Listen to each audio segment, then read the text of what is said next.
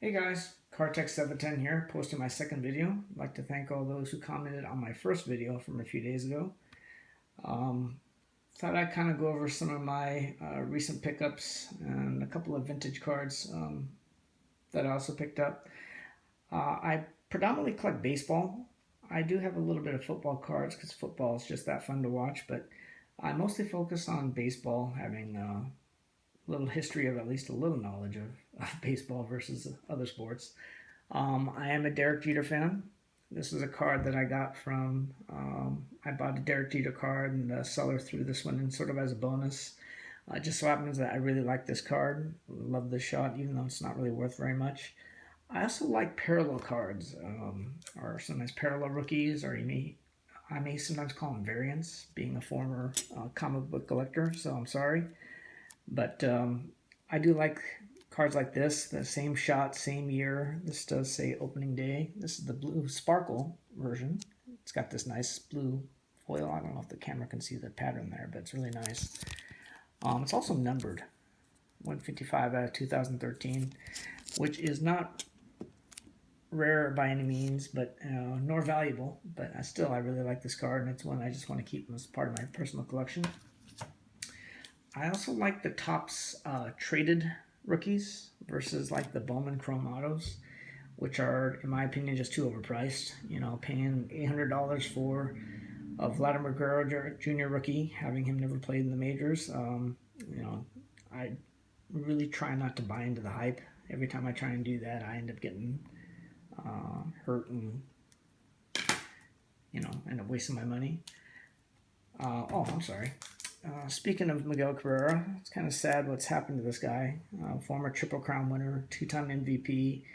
Last year he really didn't hit that well at all, maybe due to some lingering injuries. This year he was off to a good start as far as average goes, but the power just isn't there anymore. And he ended up rupturing a biceps tendon, which kept him out for the rest of the season. I hope he comes back, but it's kind of sad. Speaking of dwindling skills, the 2001 Topps traded Albert Pujols. This guy was an absolute beast in his day. He has this monster contract now where most people say that the Angels overpaid, which I agree. They pretty much did. Um, Definitely got paid for past performance versus what he's actually able to do now. Although every time he hits a home run, he just increases his ranking among the all-time home run leaders. So he's still up there. He's still productive, but just nowhere near as dynamic a player as he used to be. Same set. I thought I bought this one. The Topps. I was going for a Topps traded Ichiro Suzuki, which is the same exact picture. Um, this one says number 726, which actually makes it his base card. I bought this by accident. The seller did have Topps traded in the description, and I just kind of glanced at the picture and not really realizing that this was the base card versus the Topps traded. But I'll be in the market for the Topps traded in the future. I do like I said, those parallel rookies or parallel cards.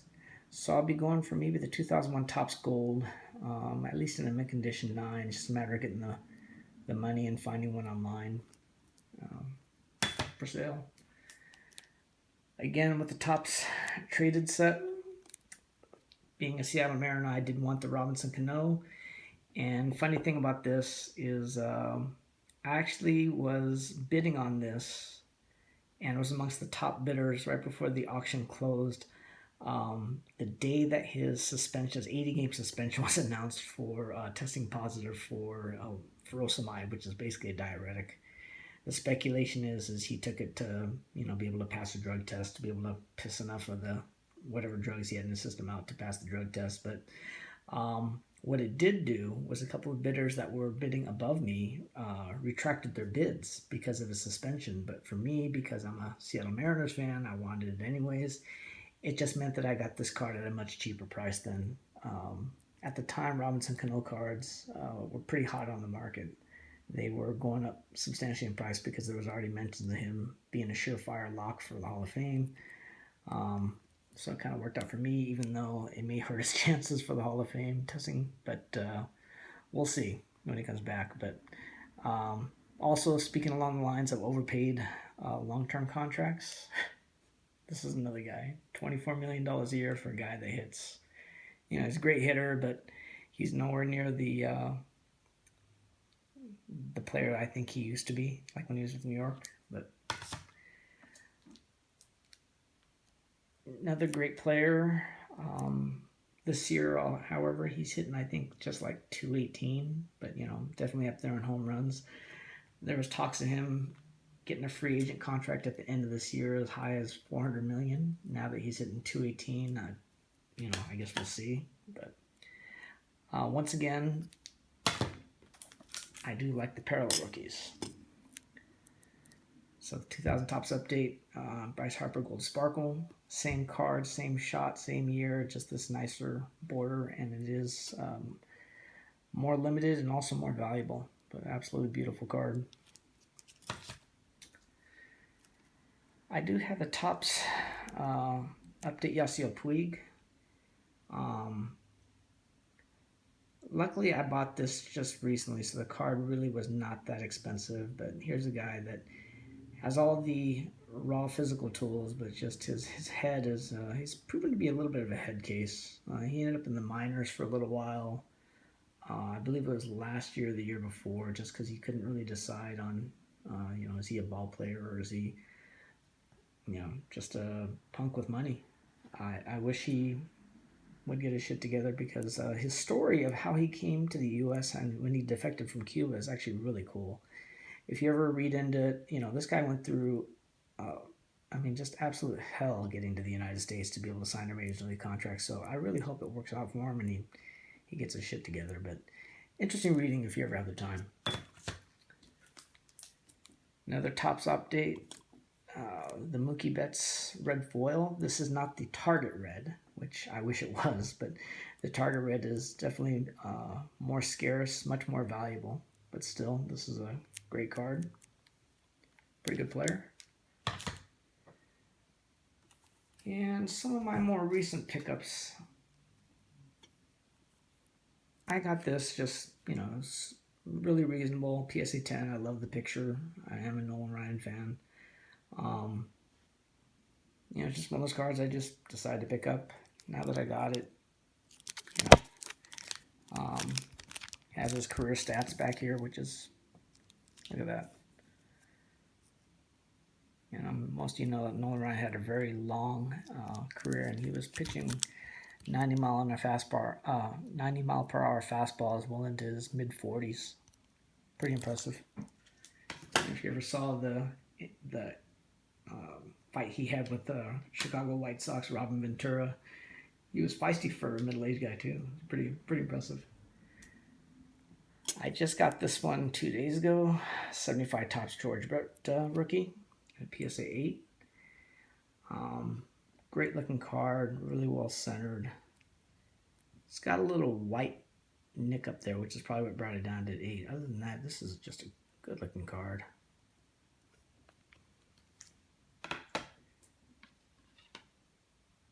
Another popular card recently is the,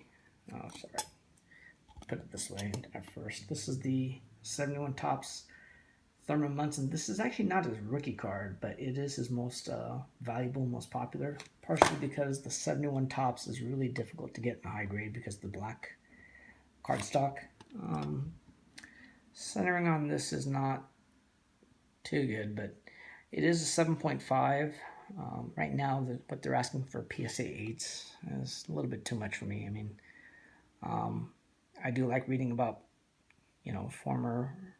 former players that were really good or whose careers were cut short because of, in this case, a tragic accident. This guy died in a Cessna accident trying to fly his own plane.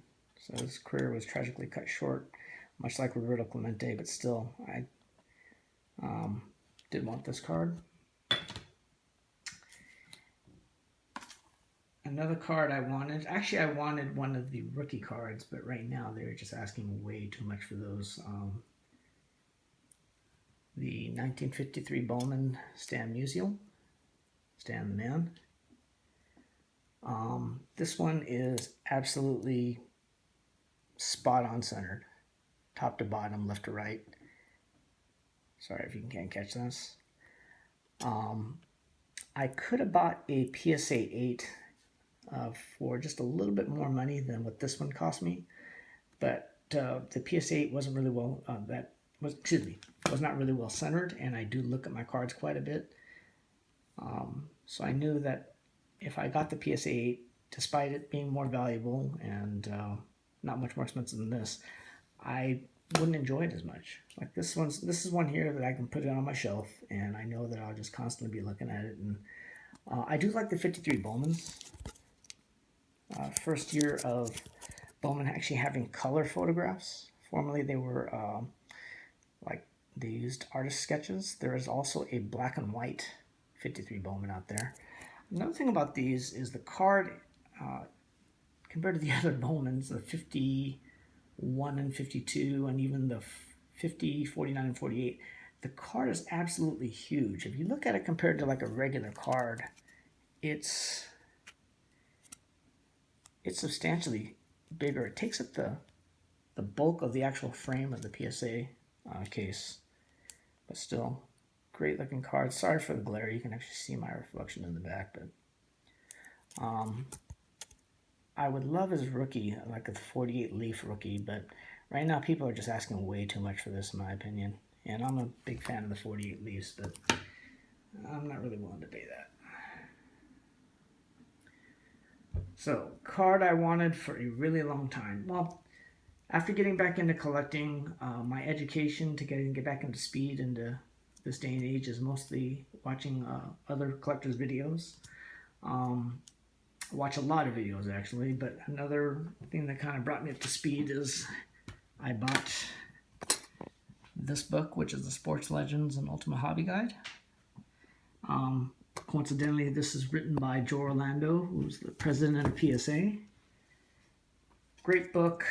I recommend reading it. However, I gotta warn you, if you're like me, the little kid in me just wants to buy every card in there, and some of the prices for those rare cards of superstars is absolutely out of this world. It's just, there's no way I could afford it, but I sure do want them.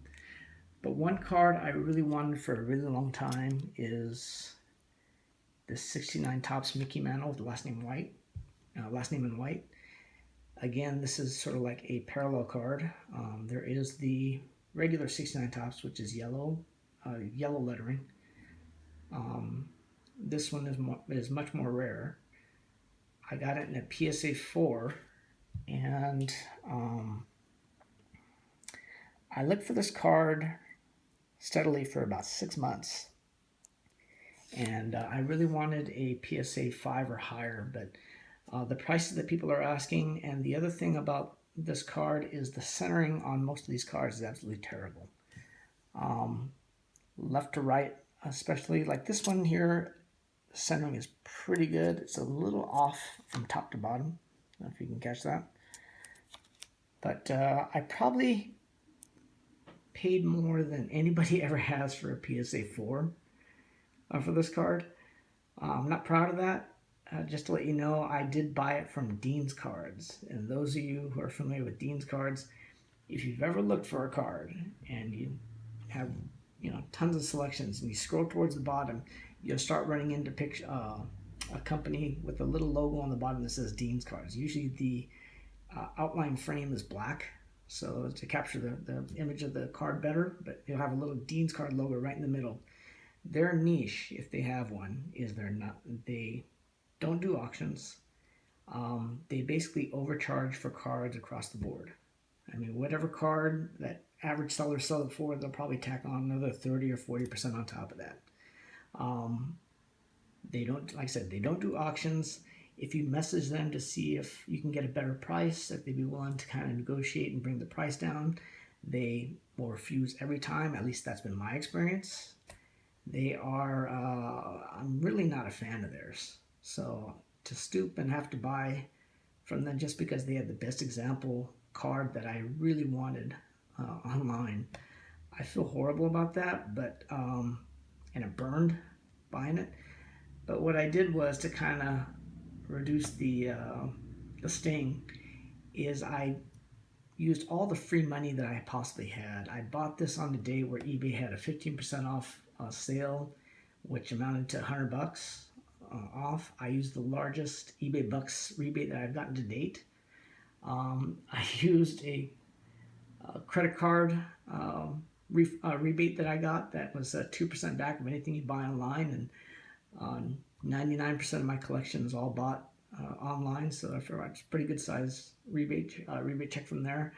So when it was said and done, I probably paid less than 50 or 60 bucks cash out of my own pocket in order to get this. I can actually look at this card now feeling less of a sting from getting ripped off, but even then, I'm sorry, it probably throws off the pricing for this, because in the end, Dean's Cards did get their money and they still are in business, which really sucks for the hobby. But on a more selfish note, like I said, I finally got this card and I really wanted it for a really long time. Last card. Like I said, I've watched most of you regulars that post videos. It's been kind of a major part of my education and collecting. One of my favorite cards. And a shout out to Foo3112. He has a video talking about this 93 SP Derek Jeter rookie. And I actually reached out to him and commented and asked him, I have a chance to buy one of these at a pretty good price at the time, and he kind of encouraged me to pull the trigger, and I'm really glad that I did, because not only has this one of my favorite cards, being a Derek Jeter fan, it's also risen in value quite a bit. And this copy is absolutely, no fingerprints, no smudges. I really don't know why it's a 9, to be honest, but then again, the price for a 10 is absolutely ridiculous. There's no way I'd ever be able to get one short of mortgaging my house. But absolutely love this card. I know, like all Jeter rookies, everyone says to hold him until he gets inducted or voted into the Hall of Fame, but I like this card so much, I'm going to honestly have to think twice about doing that. I'll probably have to get a card that's either a lesser grade or even a raw for my my baseball card album before I think about selling this one, because this one is just absolutely beautiful. Oh well. Anyways, so that's it for now. Like I said, it's been a lot of fun. I'd like to thank everyone for watching, and hopefully I'll post another video soon.